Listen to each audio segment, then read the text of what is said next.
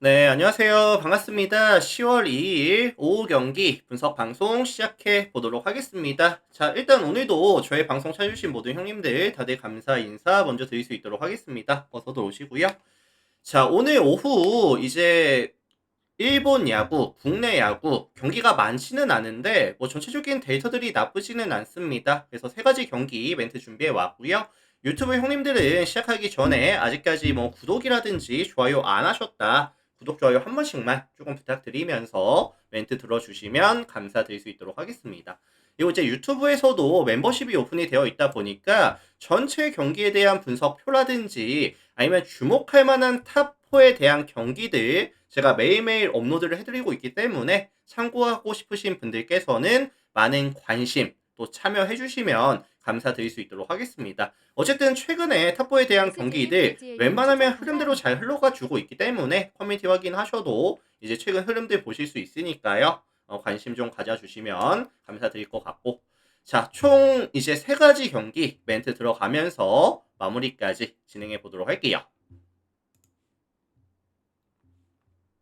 자, 일단 가장 먼저 살펴볼 경기는 오릭스랑 세이브 경기 먼저 살펴볼 수 있도록 하겠습니다. 오릭스 세이브.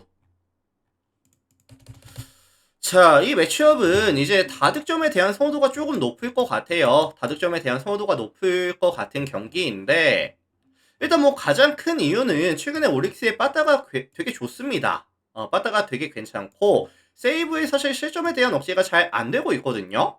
그러다 보니까 이제 다득점에 대한 선호도가 조금 높을 수는 있다고 보는데 자, 오늘 세이브의 선발이 누가 나온다? 이마이가 등판합니다.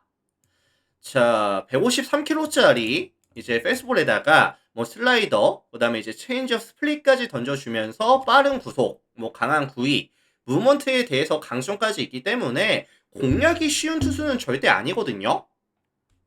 그리고 이번 시즌 오릭스를 만났을 때도 총 6번의 경기 나와서 42이닝 동안 8자책 1.71의 ERA 기록하면서 오릭스를 만났을 때도 굉장히 강했었습니다. 실제로 이번 시즌 오릭스가 가장 타이밍이 아쉬운 구종이 뭐다? 밸류가 높은 브레이킹 볼이거든요. 그래서 이번 시즌 슬라이더 볼러 상대로 이제 팀 오페스가 0.567 기록하면서 리그 10위권까지 조금 떨어져 있는 팀이다 보니까 이마이에 대한 기대값은 저는 조금 높게 잡아줄게요. 뭐한 6이닝, 7이닝 정도 막아주면서 저는 이 실점 이하로 가져올 수 있다고 예상을 하거든요. 그리고 사실 이런 오릭스의 구장 자체도 교세라 돔 같은 경우에도 굉장히 또 투수에게 친화적인 친절한 이런 구장이다 보니까 조금 더 기대값이 올라갈 수가 있을 것 같고요.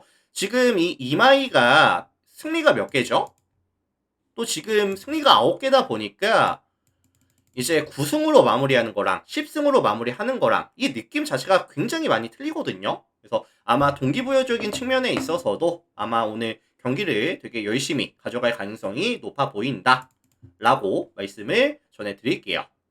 자, 반면에 이에 맞서는 오릭스의 선발은 소타니가 등판합니다. 이번 시즌 20번의 경기에서 109.1이닝 동안 1.27 WHP와 3.79의 ERA,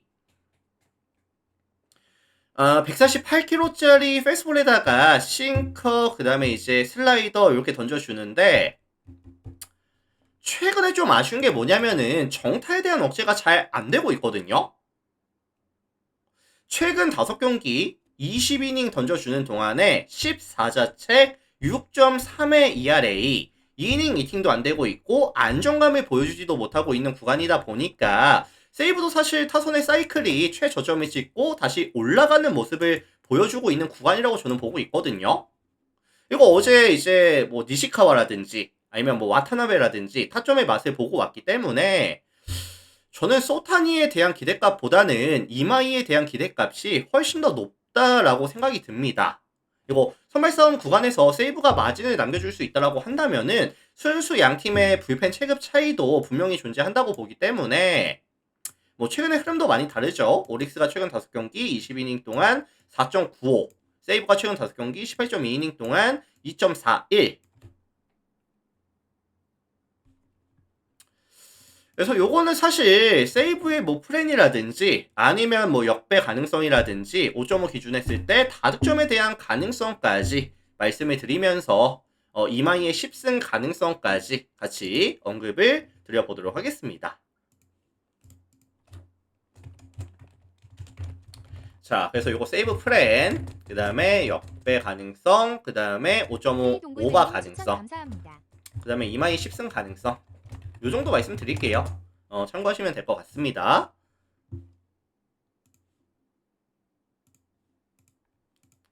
자, 다음 경기 한신이랑 야쿠르트 경기 살펴보도록 하겠습니다. 한신, 야쿠르트. 자, 이 매치업은 사실 한신이 동기부여가 좀 있어요. 동기부여가 뭐죠, 한신이? 이미 1위가 확정이 됐는데 뭐 동기부여가 어딨냐 라고 보실 수도 있겠지만 지금 센트럴에서 승수가 가장 많은 선수가 누구죠? 요코하마의 이제 아즈마거든요. 아즈마가 지금 몇 승이냐면은 이제 14승입니다. 14승. 14승이고 그 다음에 이제 한신이 무라카미 같은 경우에 지금 몇 승이냐면은 13승이에요. 그래서 이 요코하마는 정규 시즌이 끝났습니다. 정규 시즌 경기를 다 소화했어요. 그래서 무라카미는 이 아즈마는 14승이 끝이고 오늘 만약에 무라카미가 13승에서 14승을 찍어줄 수 있다라고 한다면은 공동 다승왕까지 한번 노려볼만 하거든요. 자, 일단 무라카미 같은 경우에는 이번 시즌 총 25번의 경기에서 168.1 동안 0.9의 WHP와 2.09의 ERA 굉장히 잘 던졌어요. 147km짜리 뭐 포심, 커터, 슬라이더, 뭐 스플릿까지 이렇게 던져주는 파워피처 유형으로 보시면 될 것 같고요. 뭐 뜬공이 조금 많기는 하지만 볼끝이라든지 뭐 전체적인 피칭 스터프 자체가 되게 안정감이 있는 자원이거든요. 근데 이제 변수가 뭐냐면은 야쿠르트도 최근에 이런 타점에 대한 지원이 되게 잘 되고 있기는 해요. 최근 5경기 팀 타율이 2할 7푼 8리까지 올라와 있는 구간에다가 뭐 득점에 대한 지원도 잘 되고 있고 홈런도 4방이 나오고 있고 뭐 요런 좀 변수가 있기는 하거든요. 그래서 무라카미에 대한 기대값은 뭐 최소한 한 6이닝 정도 그 다음에 뭐 한 2실점 이하 정도 요 정도는 가져올 수 있지 않을까. 뭐 동기부여도 충분히 있고요. 그리고 사실 이 무라카미가 등판했을 때 한신이 타점에 대한 지원이 정말 잘 되고 있어요. 무라카미만 나오면은 한신의 빠따가 웬만하면 터져주거든요.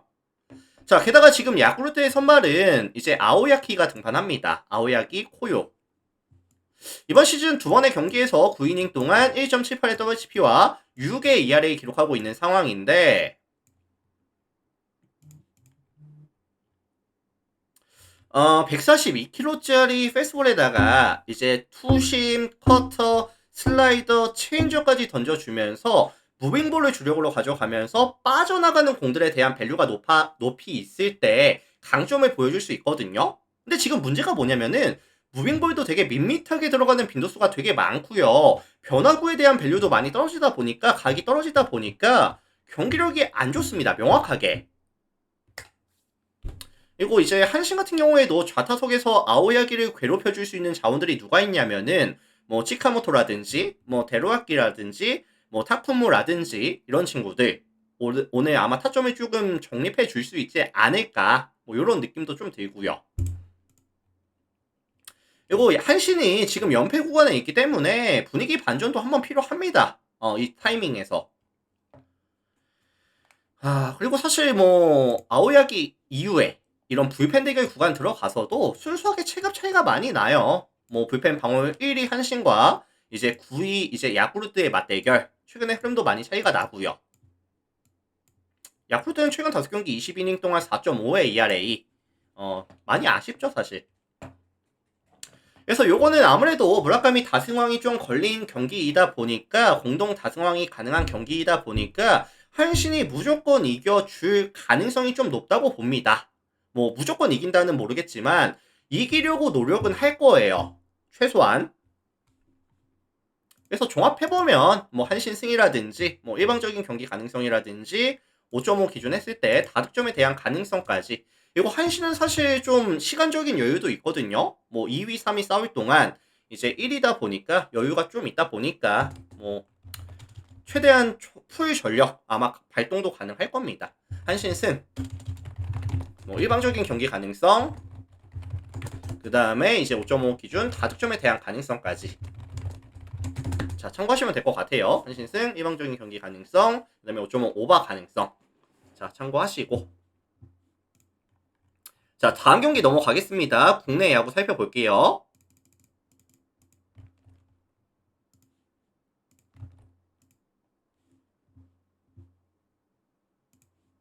아리사님 추천 감사합니다.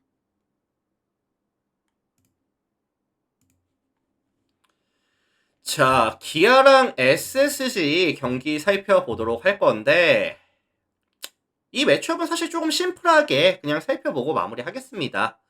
자, 지금 홈팀 기아 같은 경우에는 오늘 선발로 나올 자원이 조금 마땅치가 않아요. 그러다 보니까 이도현이 등판을 하는 상황이고, 이도현 같은 경우에는 이번 시즌 5번의 경기에서 8이닝 동안 피안타 12개, 피홈런 하나, 볼넷 7개 내주면서 2.38의 WHP와 11.25의 ERA, 안정감이 전혀 들지 않는 그런 선발입니다.